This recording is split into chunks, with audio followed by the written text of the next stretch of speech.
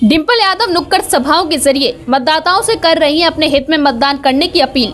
BJP पर साधा जमकर निशाना।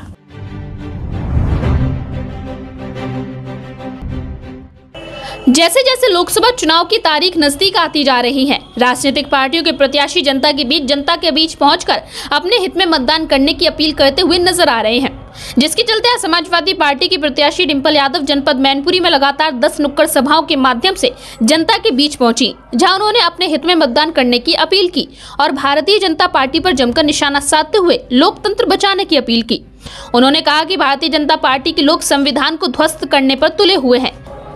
इसका जीता जागता सबूत आपने पिछले निकाय चुनाव में देखा होगा, जहां सुमन वर्मा जी मैनपुरी के निकाय चुनाव में भारतीय जनता पार्टी को हराने का काम कर रही थी। उन्होंने कहा कि भारतीय जनता पार्टी की गारंटी केवल घंटी है। आपने देखा होगा कि कोरोना काल में घंटी और ताली बजाकर ही अपने काम चलाए गए। घटिया थाली बजवाई, पूरा देश खाली खाली महसूस कर रहा है। वहीं रोजगार नहीं है और किसान बदहाल है, मजदूर रोजगार घूम रहा है। उन्होंने नौजवानों को लेकर कहा कि अग्निवीर जैसी योजना लाकर युवाओं को शोषण करने की योजना बनाई जा रही है। हम ये भरोसा जताते हैं कि इलेक्शन कमीशन भी इस बार गड़बड़ियां नहीं करने देगा और इलेक्शन कमीशन पर हम भरोसा जताते हैं। वहीं मोहन यादव के आने वाली बात को लेकर उन्होंने कहा कि इससे पहले भाजपा शिवराज सिंह चौहान को भी लेकर आई थी और भी लोगों को लेकर आई थी, लेकिन मैनपुरी पर किसी का भी कोई असर दिखाई नहीं दिया। वहीं भाजपा पर निशाना साधती और क्या कुछ बोलती नजर आई समाजवादी पार्टी की प्रत्याशी डिंपल यादव। आइए हम आपको इस खबर के जरिए सुनवाते हैं।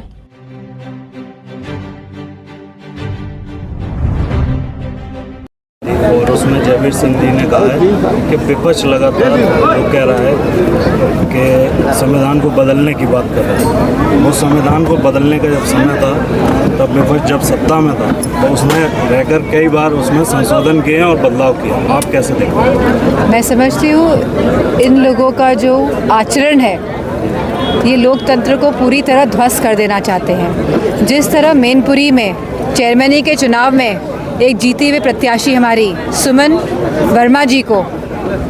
वर्मा राजपूत जी को और कमल वर्मा जी को हराया गया और रात को 3-3 बजे तक 4-4 बजे तक जो वोट की गिनती खींची गई, तो ये कहाँ का संविधान में प्रावधान है कि आप रात को 4 बजे तक वोटिंग करें, वोट गिने और आप दुर्व्यवहार करें।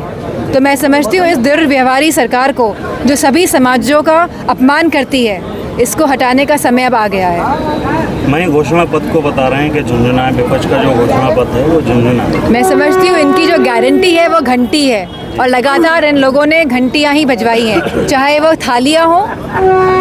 हमने देखा किस तरह जब कोविड टाइम्स था तो इन लोगों ने खाली थालियाँ बजवाई, वो भी खाली थालियाँ बजवाई। अब पूरा देश खालीपन महसूस कर रहा है, रोजगार नहीं है, किसान बदहाल व्यवस्था में है। 1 रैंक 1 पेंशन की जहाँ बात की गई, वहाँ पे जो कहा गया उसके बिल्कुल विपरीत करा गया। जहाँ जवानों की हालत देख लीजिए आप, अग्निवीर जैसे योजनाएं लाके ये खाली युवाओं का शोषण करने की योजना बना रहे हैं। आपने जो चुनाव की बात की अभी, नगर पालिका चुनाव की, जिसमें गड़बड़ी हुई, ये इस चुनाव में ऐसी गड़बड़ी ना हो, इसके लिए क्या तैयारी की है आपकी? हमारी पूरी तैयारी है और हम यह भरोसा रखते हैं और जताते हैं कि इलेक्शन कमीशन भी इस तरह की कुछ गड़बड़ियों में साथ देगा। जयवीर सिंह तोड़फोड़ करने में बहुत ज़्यादा माहिर बताए जाते हैं। अभी आज ही जो नेताजी के राजनीतिक पूरी बीजेपी ही तोड़फोड़ करने में ही हमेशा रहती है और ये इन लोगों की तो ड्राई क्लीनिंग एजेंसी चलती है। भ्रष्टाचारी लोग इनकी पार्टी में आने के बाद उज्जवल होकर निकलते हैं बिना दाग के।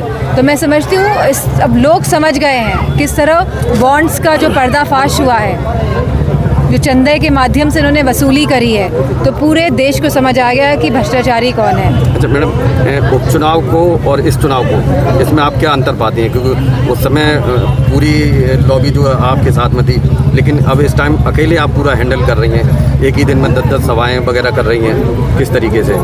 नहीं, अच्छा है, बहुत कुछ सीखने को भी मिल रहा है मुझे और लोगों का लगातार समर्थन मिल रहा है। कल बता रहे हैं कि मोहन यादव को लाया जा रहा है नॉमिनेशन और जनसभा है उनकी, क्या कितना असर डालेंगे? क्या आपको लगता है कोई असर डाल पाएंगे? अच्छी बात है, ला रहे हैं। शिवराज सिंह चौहान जी को भी लाए थे और जो वहाँ के पूर्व मुख्यमंत्री उनको भी लाया गया था। तो लगातार लाने अच्छी बात है। बड़े बड़े नेता हैं, बड़ी पार्टी है, बड़ा चंदा आता है, बड़े बड़े लोगों को लाते हैं, ले जाते हैं, तो बहुत अच्छी बात है। मैडम आखिरी सवाल कि आप किस तारीख में अपना नामांकन करेंगे? 16 तारीख का भी है।